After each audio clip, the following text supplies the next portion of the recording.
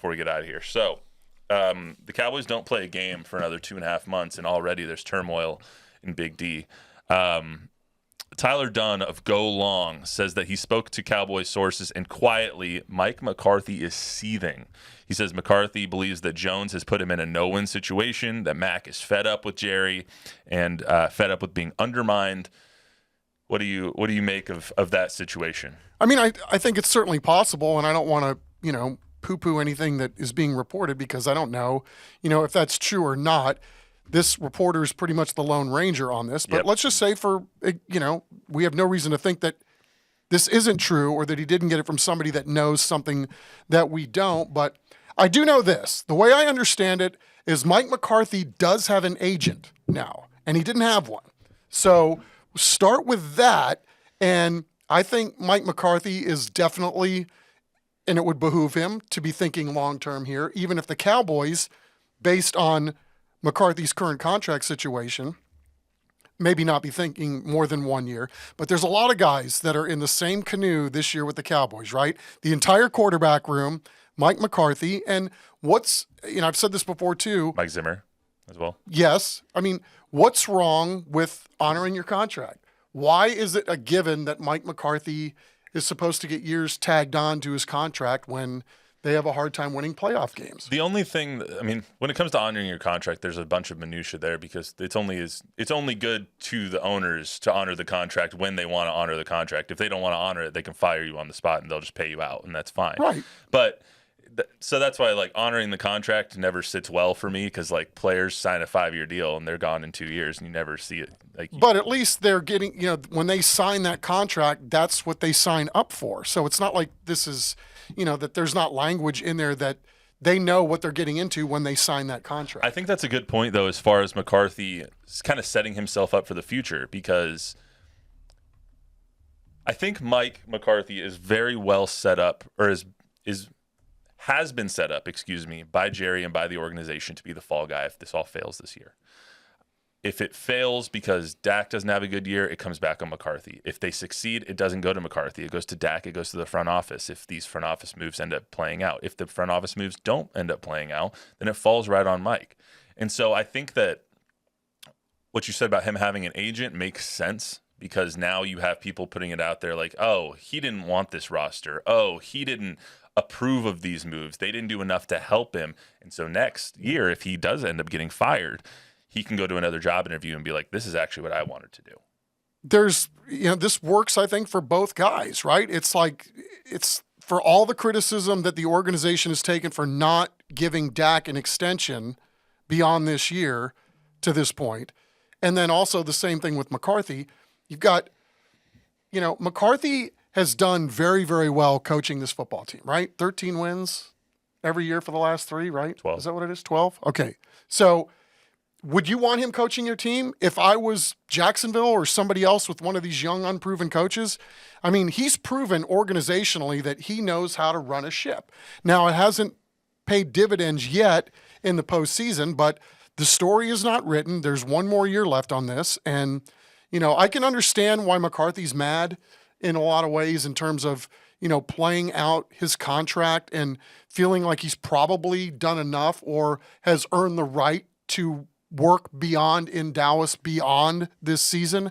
The other side of it is when Jerry hired McCarthy, it was for one reason, to win a Super Bowl. And to this point, they haven't proven that they can get close. And correct me if I'm wrong, but this undermining, for lack of a better term, or having Jerry's hand in the cookie jar at all times, that's not going away, and it never has gone away. That's how it was with Jason Garrett. That's how it was with Wade Phillips. That's how it was with Bill Parcells. That's how it was with Jimmy Johnson. It's the reason he left.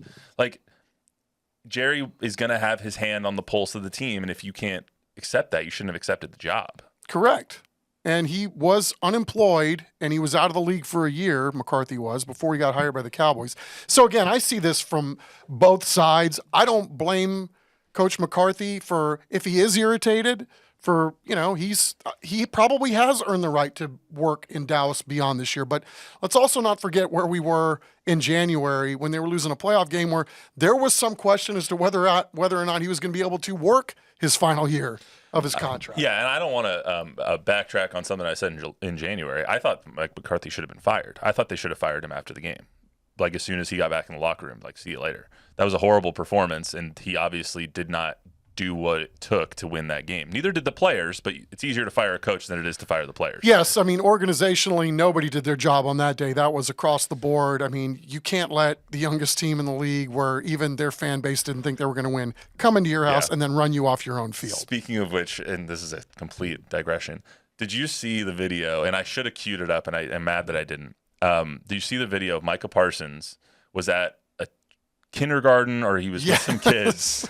He was with some kids, and one of the kids says to Micah Parsons, "I saw you play," and he's like, "Oh, which game?" He's like, "Against the Packers." And Micah Parsons is like, "I need you to delete that from your memory right now. Don't ever talk about that game again." I like that tweet because it was such a pure response, right? So I mean, funny. it was nice, very well handled by Micah Parsons. Oh, it was. He's like, "Yeah, just forget about that. Don't remember." But just thinking about that game, that's what I think of now.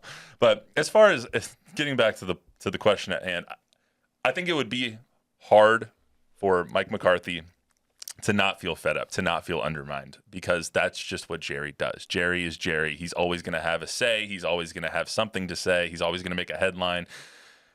I think that he also has a point with this roster has not been improved the way that it should have been improved. If anything, you can make a very strong argument that this roster is worse than it was than last year. Is that the reasons for that are money, and of course, in that you can't pay everybody with the money that you have to pay for Dak, Micah, and CD, and I get that. But you can make a very strong argument that this roster is considerably worse in that he has been set up to fail and might be the scapegoat if this season goes horribly. Yes, I think your point is well taken. I mean, if you go into this season and you say, well, what has to happen for the Cowboys to win 12 ball games again and then potentially make a deep playoff run, there's a lot of boxes that are empty right now because you don't know if the new guys on the offensive line are going to gel, if the offensive line is going to mesh at all. Are the guys that they're turning over on the defensive line, some of the younger guys that they've had in the system, now they're turning over or giving them the keys to the car, are they going to work out? How's the DB room going to work together? You know, you've brought in some new pieces at linebacker. You've got youth at that position. How's that all going to work? You know, what's going to happen on 88's contract? I mean, you go right down the list. All these things that you go into the season, it's like there weren't this many question marks last year. So to your point, I'm 100% with you. But what's wrong with McCarthy now being just a little more incentivized? Because now he's playing for, or he's coaching for his next contract. Nothing's wrong with it, but if let's say they go out there and they win the Super Bowl this year, why would Mike McCarthy ever want to re-sign a contract here? Why would he ever want to go through this again? Like, it just doesn't make any sense. Even if they go through and they make it to the NFC Championship game for the first time in 28 years now, there was no reason there. You couldn't pay me enough money to coach that team with the way Jerry treats his head coach. But well, I mean, I don't know. You could probably pay me enough money. There's a lot of people that have to deal with far worse, I'm sure, than Mike McCarthy is in their job. Fair enough. I forgot to ask you at the beginning on the way out. So Rocco's obviously at the College World Series in Omaha does the Jello shots and whatnot. Is it as crazy? Like, are people just shooting Jello shots all over the place in that place? Like, is it as crazy as they make it seem on social? It was really tame, although I have to, freely admit, for the first 3 days I was there, I couldn't get into the place. That's how many people were there. And then outside of it. But we went there after the Aggies' second ball game. And I think, like from a sociology standpoint, it's just kind of fun to sit back and observe. You have the youth in the club, and then you've got like the parents that were in there and, and older Aggies. And it was mostly Aggies in there after the Aggies won an epic ball game in game 2. It was super late at night. But, like there was a Tennessee fan passing him out and trying to get rid of his whole cachet of orange Jello shots.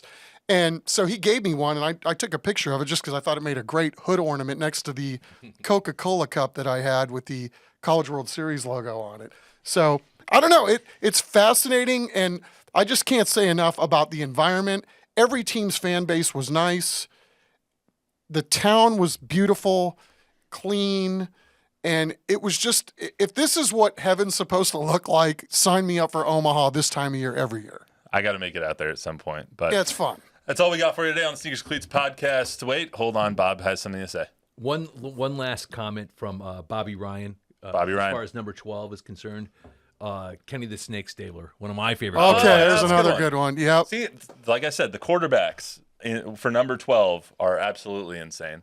Thank you to everyone who commented. We appreciate it. We will always read them on if you comment something that can contribute to the conversation, which everyone did, which is awesome. That's all we got for you today on the Sneakers Cleats podcast. Remember to download, rate, review, subscribe, give us a 5-star rating, tell a friend, tell an enemy. We will be back here on Thursday recapping the first round to see how exactly wrong all of us were with the Spurs and speculating on what they're going to do at 4 and 8, or maybe they trade up to 1. Who the hell knows? We'll be back here on Thursday to talk about it all. Until then, everyone have a good week.